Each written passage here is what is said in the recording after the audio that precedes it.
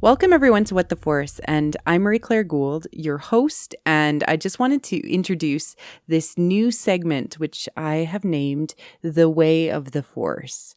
And in it, I'm going to be exploring the aspects of the Force as is presented in canon, and I'll include quotes and references to people talking about it like George Lucas, Dave Filoni, different pieces of evidence and information, etc., as well as pulling on canon references so that we can talk about how it's presented in current canon and understanding really all of the aspects of the Force. Because I feel like, why name a podcast What the Force without ever actually talking about it very well?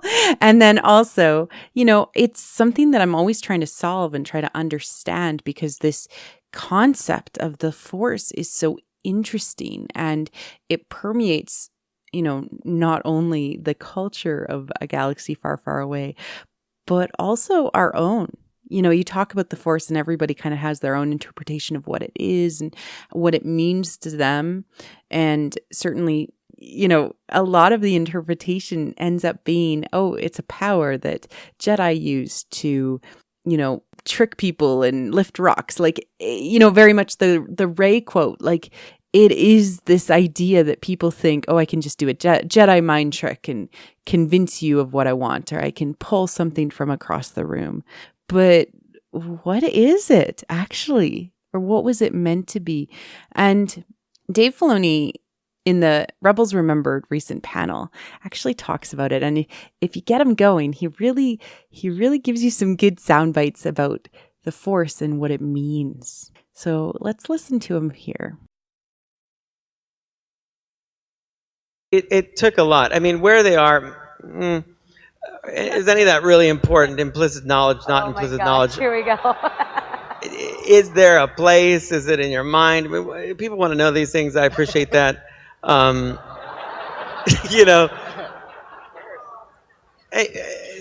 me to explain it is just so not as interesting as watching the show again and again and again. And like everything I really learned from Star Wars, I learned watching George's movies.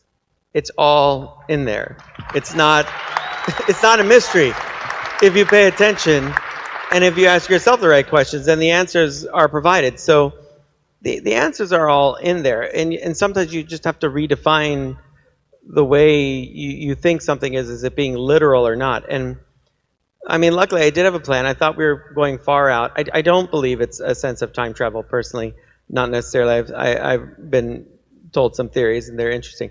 I get more interest out of hearing your theories, frankly. It's more fascinating to me than anything, and possibly true. I don't know. I mean, it's kind of is what you make of it. For me, one of the inspiration points, though, was definitely in C.S. Lewis's Chronicles of Narnia, when he talks about a wood between worlds, and I was fascinated by that concept as a child, and like how you could go into this place that was between places and into these pools and into different worlds. And my wife is so well read. She will, when she's being nice, tell me a lot about it, because she's like a keeper of lore to me. She knows so much about all these things mythologically, and it's really improved my abilities as a storyteller to get things to have more depth. So in the end, it's really about, again, fundamentally becoming selfless more so than selfish. And it seems so simple, but it's so hard to do.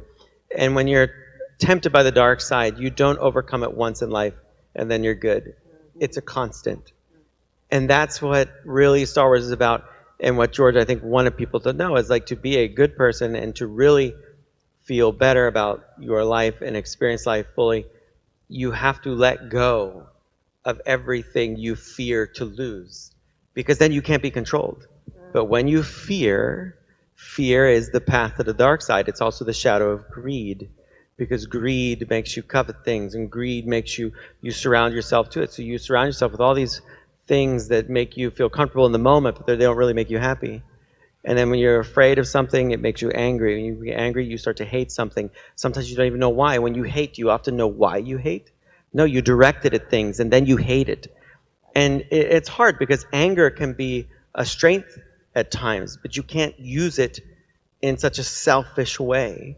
It can be a destroyer then. So these are the core things in Star Wars. And in the end, it's a question for Ezra.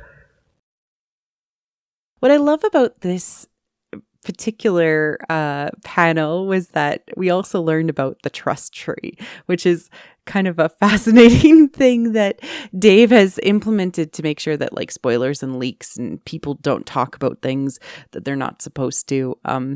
I really hope that people cosplay as the trust tree. I'm going to bring this up until I actually see a trust tree cosplay put in front of Dave Filoni. But he talks about how everything that he learned about the Force is in the source material. It's in the movies. It's in the Clone Wars. So let's talk about the first time that we're actually introduced to this concept of the Force. We have this great scene within A New Hope where Ben Kenobi is in some ways asked a very awkward question by the son of his friend who has turned to the dark side. And Luke asks, "How did my father die?" And Ben, answers, "A young Jedi named Darth Vader, who was a pupil of mine before he turned to evil, helped the Empire hunt down and destroy the Jedi Knights. He betrayed and murdered your father. Now, the Jedi are all but extinct. Vader was seduced by the dark side of the Force." Luke, "The Force?" Ben, "Well, the Force is what gives a Jedi his power. It's an energy field created by all living things. It surrounds us and penetrates us, and it binds the galaxy together." Whoa. This concept is so interesting. It grabs us right away. It's like it doesn't talk about that. It is first and foremost, yeah, it gives the Jedi its power, but it's bigger than that. It binds the literal universe together. That is from the very first times that we start to hear about this idea, this concept in the movie. Later on, we actually hear from Darth Vader, and he is talking about, this weapon is insignificant next to the power of the Force. Whoa. How is this force, this power, this, I don't even know what to describe it as. This energy, I guess. How is this, more powerful than this technological terror that they've created? Oh, so interesting. It poses a lot of interesting questions for us. And it's a very spiritual concept to have in a science fiction movie. So where did this even start? Where did this come from? I couldn't even fathom where it came from. I knew, there was the connections to the fact that Lucas himself had explored Campbell when he was writing this script, but this existed before that point. He had this concept in mind, in the first drafts before he really started to nail down the Campbellian architecture and the Jungian archetypes. Like he really knew that there was this idea, this concept, and it all comes from, if we talk about it, his really amazing backstory, his history. It comes from his experiences. So let me rewind a little bit. George grew up in Modesto, California, and there are amazing biographies on him about his experiences and what he was like as a young kid. He talks a lot about it in interviews. He was really into fixing up cool cars, driving around in them, souped up cars was his thing. And, he often talked about how he was kind of lazy as a kid. He wasn't really invested in school, and I really wasn't interested in anything but cars and cruising around. Just after he had turned 18, he was in a massive car accident where he was actually pronounced dead on the scene. And it wasn't until they actually brought him to the hospital that they were able to resuscitate him. And this very much changed his perception of life. You know, it was one of those literal, you know, near-death experiences that really caused him to reevaluate, you know, what he was all about and what he wanted to be. His father, who ran and owned a stationery store, wanted him to follow and join the family business. And I believe there's this amazing quote where he's like, "I'm going to be a millionaire by the time I'm 30." And I think he actually was. So he said, "No, Dad, I'm not going to do that." So he went to a local state college and took, you know, humanity courses, anthropology, psychology, history, you know, these things that interested him. And he really pushed himself to like kind of explore these different aspects. He also was really into photography at the time, really like taking pictures, and was exploring all of those things. And by chance, a friend was checking out USC and wanted to do an entry exam, and kind of he went along for the ride and went and took the entry exam to get into USC, and he got in. And at USC, they had a specific program for cinematography, which was like unheard of and non-existent before that point. He was like, wow, I really like photography. I guess I could do this. This would be cool. You know, managed to convince his parents that he could go and take cinematography, which at that point, people who graduated with that degree didn't actually make movies. It was such a new thing, and people who grew up in Hollywood and you know, worked their way into making movies made movies, rather than people who, say, went to school for it. But it was a new program, and they showed them examples of filmmakers who were doing interesting and experimental things. And he, you know, got to love Kurosawa, and that very much influenced him from Hidden Fortress and making Star Wars. And he also got to watch a Canadian film, a short film, which very much inspired his cinematography in the future, as well as his directorial and editing style. And when I started to dig into this, I was shocked because I've seen this movie. I took this short film in Film 101 when I was in university because I'm Canadian. And this was a National Film Board movie. This film was funded by the National Film Board. This film, 2187, was created by Canadian filmmaker Arthur Lipset. And it not only inspired aspects of how he made films in the future, but also there's this beautiful clip piece of it. It's just over 9 minutes, this whole film. So I'll include it in the liner notes where you can listen to it. But this particular segment where two individuals are talking to each other about, and really the whole film is about, you know, the increased automation, man versus machine, which is also a big theme in Lucas's film.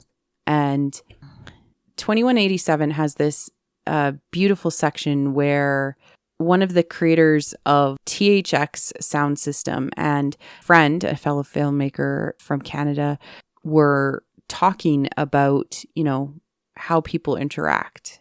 And let's listen to it right now. Many people feel that in sort of the contemplation of nature and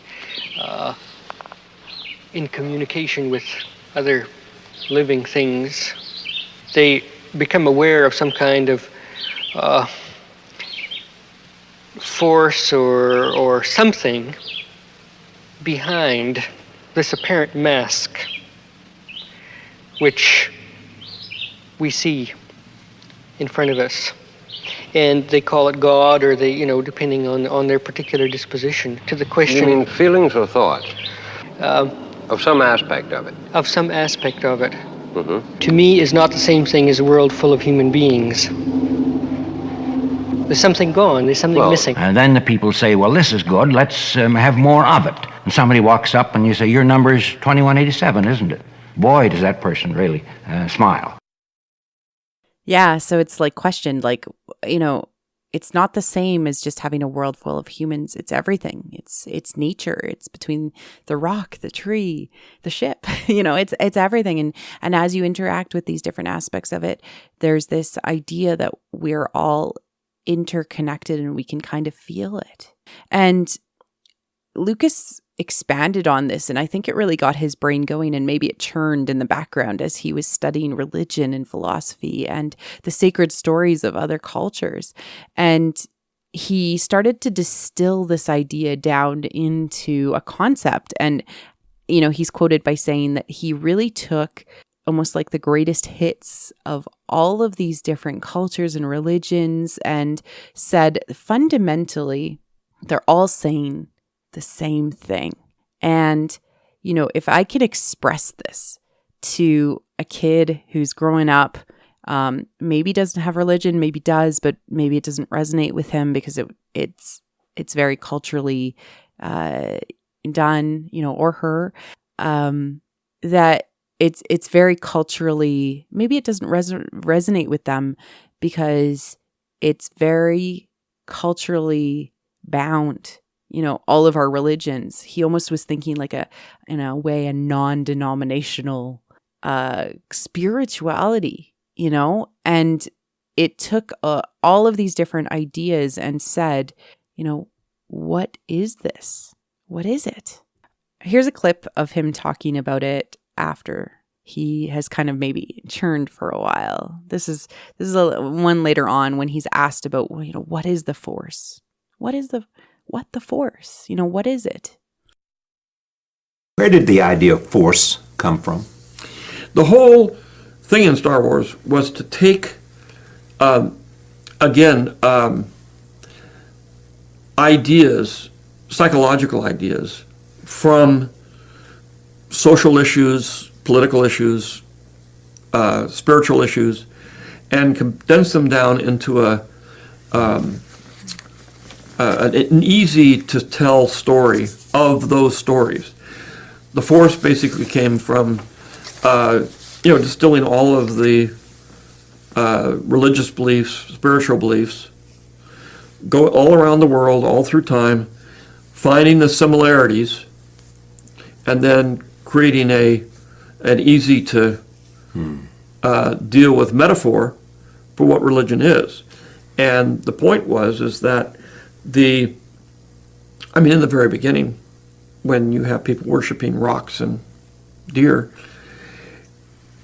they called it life force. They called it the Force. Right. That's what it was. And so where did the name come from? It came from basically life force of what the more primitive religions believed in. That was an interview with Charlie Rose, and he's done several interviews with Charlie Rose. So poor Charlie Rose, he's gotten to hear probably the same stories over and over and over again. After that point, he ended up making THX 1138, which was very much, especially using the number, very much inspired by 2187. And a lot of the aspects of how he edits, again, were inspired by 2187. And he won a lot of awards for this short film. And then he expanded it into the longer film. He ended up making American Graffiti, which really propelled him into the ability to make kind of what he wanted. And he started to work on the script for Star Wars. Halfway through kind of figuring out what he wanted to do, he was given a copy of A Hero with a Thousand Faces by Joseph Campbell, which really introduced a archetypical structure to allow him to talk about the story from a certain lens and frame that would speak to a lot of people.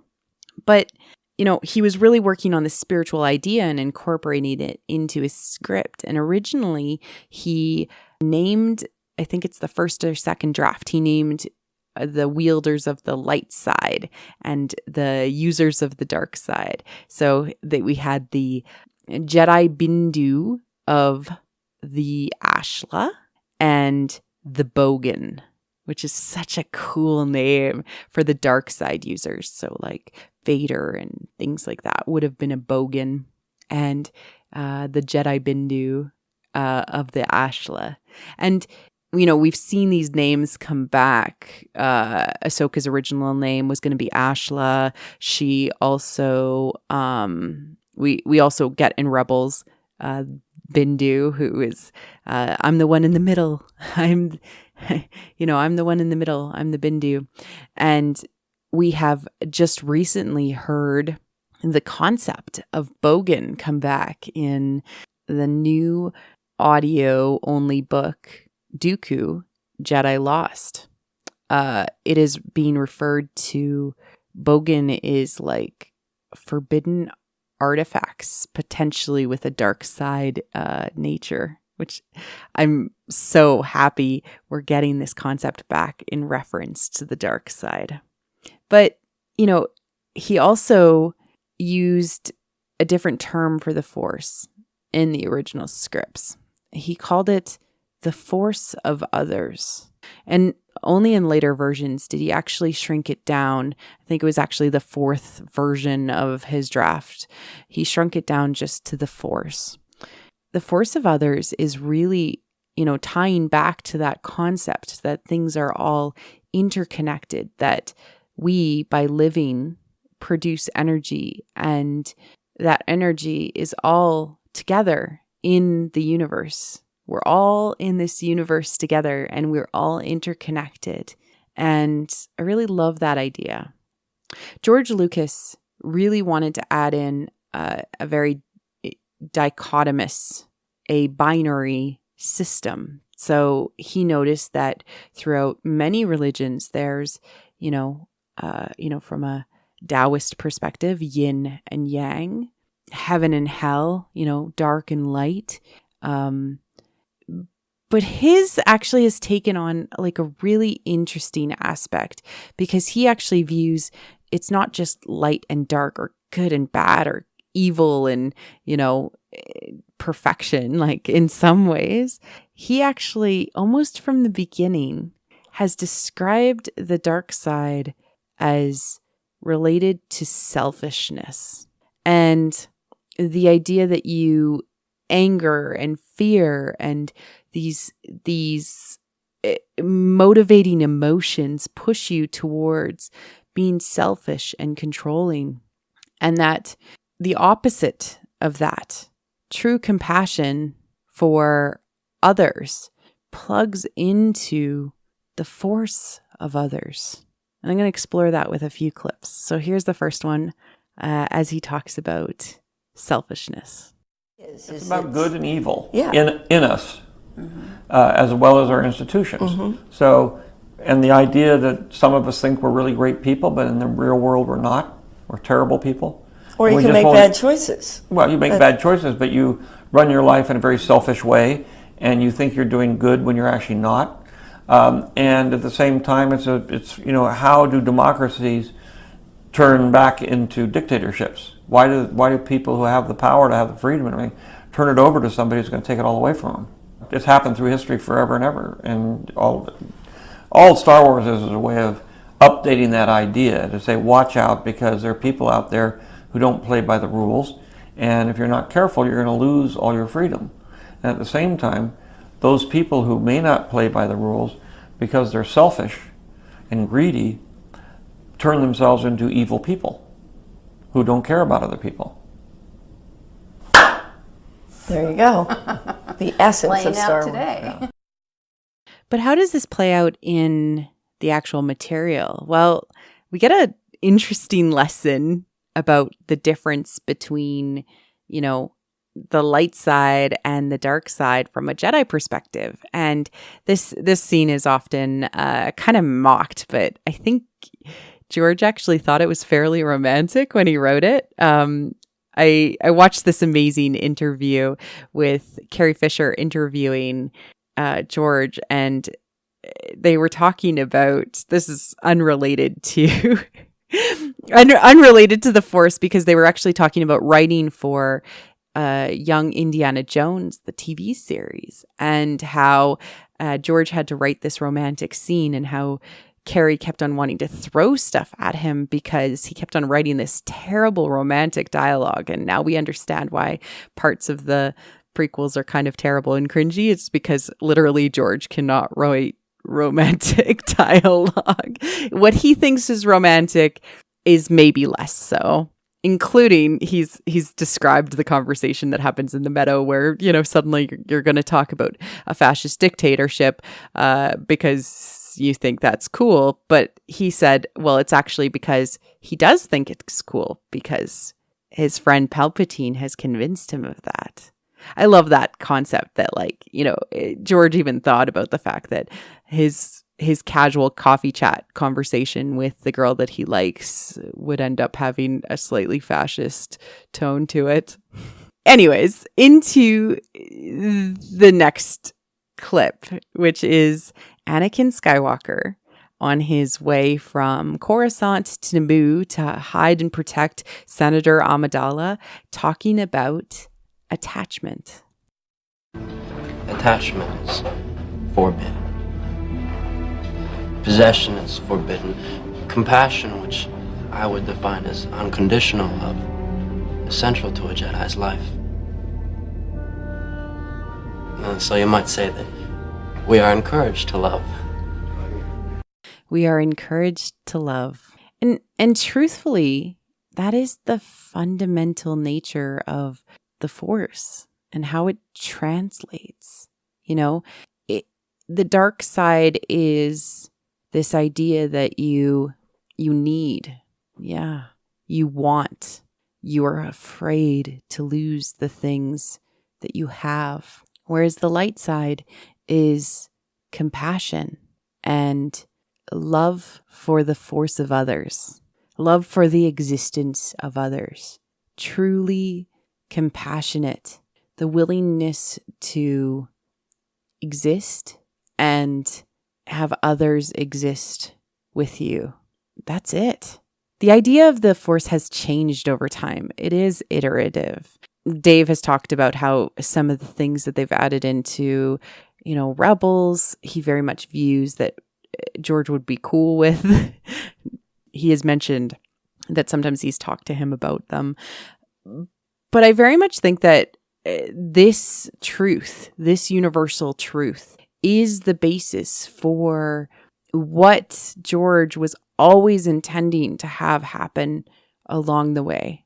And in retrospect, it's all based on the philosophy that George built since his accident, since his life-changing accident, through the research and the exploration of the stories of humanity. So anthropology, religion, philosophy, psychology, Joseph Campbell reading about the stories of ourselves and driving that through to what he found to be a universal truth. And he actually describes it very, very well in this clip. And it's from later on in his life. He's now basically retired, and it was an inspirational speech. That's what he was asked to give, an inspirational speech. And this clip really sums up how he feels and what his fundamental philosophy is. Or let's listen to it. That's the long story of how I got here. Another short story of one thing I discovered along the way is that several speakers up here have talked about happiness. And I've discovered along the way that happiness, you live in two worlds here. Happiness is pleasure and happiness is joy. It can be either one. You add them up and it sort of falls under the uber category of happiness. Pleasure is short-lived. It lasts an hour, lasts a minute, lasts a month. And it peaks and then goes down. It peaks very high. But the next time you want to get that same peak, you have to do it twice as much. It's like drugs. You have to keep doing it because it insulates itself, no matter what it is. Whether you're shopping, whether you're, engaged in any other kind of pleasure, that all has the same quality about it. On the other hand is joy, and joy is the thing that doesn't go as high as pleasure in terms of your emotional reaction, but it stays with you. Joy is something you can recall. Pleasure, you can't. So the secret is that even though it's not as intense as the pleasure, the joy will last you a lot longer. And people who get the pleasure, they keep saying, well, if I can just get richer and get more cars, you'll never relive the moment you got your first car. That's it. That's the highest peak. Yes, you can get 3 Ferraris and a new Gulfstream jet, and maybe you'll get close. But you have to keep going, and eventually you run out. I mean, you just can't do it. It doesn't work. So if you're trying to sustain that level of peak pleasure, you're doomed. It's a very American idea, but it just can't happen. You just let it go. Peak, great. Pleasure is fun. It's great. But you can't keep it going forever. Just accept the fact that it's here and it's gone. And maybe again it'll come back and you'll get to do it again. Joy lasts forever. Pleasure is purely self-centered. It's all about your pleasure. It's about you. It's a selfish, self-centered emotion that's created by a self-centered motive of greed. Joy is compassion. Joy is giving yourself to somebody else or something else. And it's a kind of thing that is, in its subtlety and lowness, much more powerful than pleasure. If you get hung up on pleasure, you're doomed. If you pursue joy, you will find everlasting happiness. So with that, I'm gone. Bye-bye. Thank you. What a literal rock star. He just summed up the Force and the morality of Star Wars in a unique way that I had never heard before. But it's true. The dark side is seductive. It is pleasure. It is, what you always want to pursue: power, protection, greed. It's because you're afraid to lose this thing that you want to possess. Whatever it is, it doesn't even matter what it is. The pleasure of having it, the power, the control, whatever it is, it's seductive. You could be seduced by the dark side. That's what it is. But joy, compassion, giving of yourself to others, being selfless is the light side. And my final argument or point for today, the light side is the balance. And why is it the balance? A lot of people will tell you that, the balance is somewhere in the middle, the gray between these things, and the balance is not sacrificing yourself of all attachments. It's not giving up on the things that you love, and it's not suppressing your emotions. The balance is feeling all of these things, understanding that they exist and coming to peace with them and learning how to balance them, knowing that you have darkness within yourself and understanding that you can still be a good person.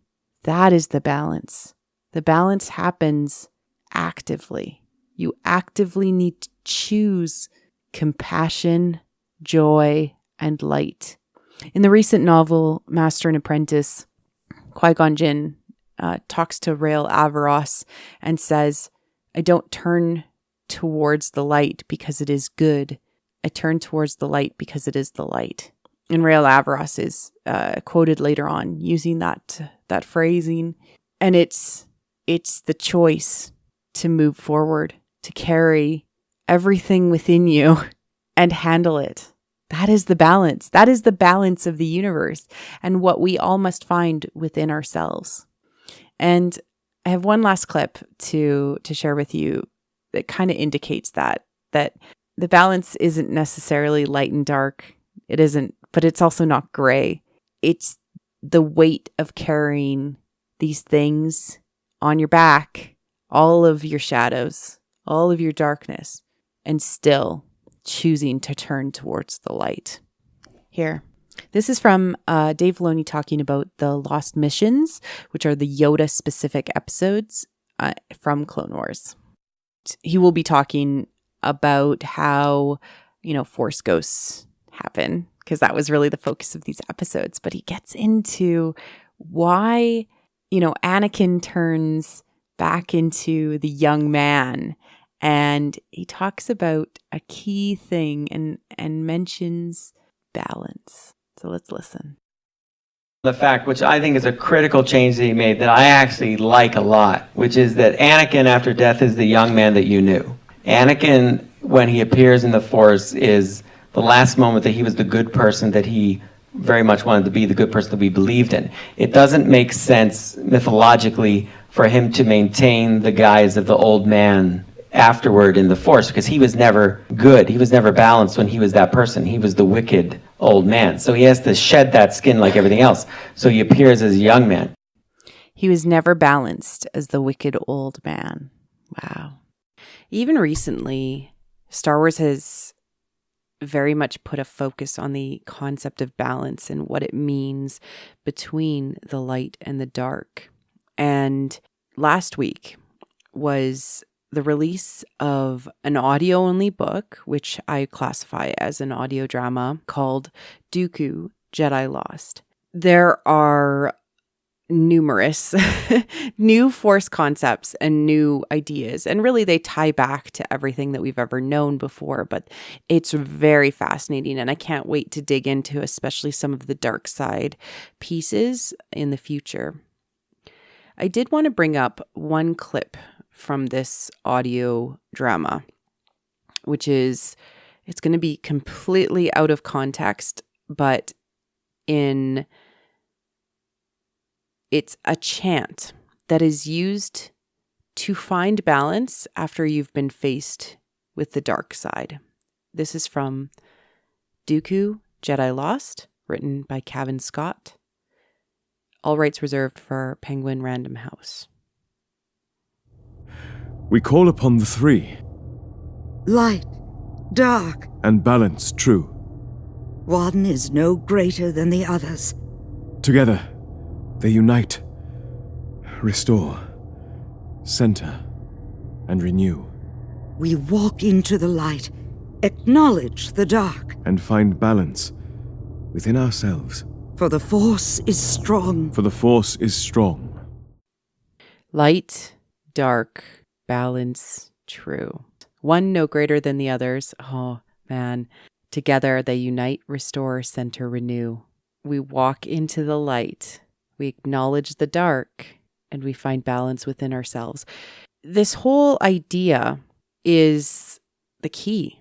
That's what the balance is. I love it. And I would say that exploring what Star Wars is trying to teach us is everybody's own personal journey. And I'm more than happy to have you come along for the ride on mine, and maybe it'll help you think about these things in different ways. You might not agree with everything I've said or what the creators say, etc., but I think it's really fascinating that fundamentally the Force and turning towards the light and the whole idea of the Force really ties back to a Joseph Campbell quote, which is, "How do you know you are leading a good life? How will you lead a good life? How will you know that you can lead a good life?" And Joseph Campbell will tell you to follow your bliss, and that's following your joy. Seek joy, everyone. Cheers. Thank you, everyone, for listening to What the Force. I'm Marie-Claire Gould, your host. Our music is orchestral music composed by Christy Carew.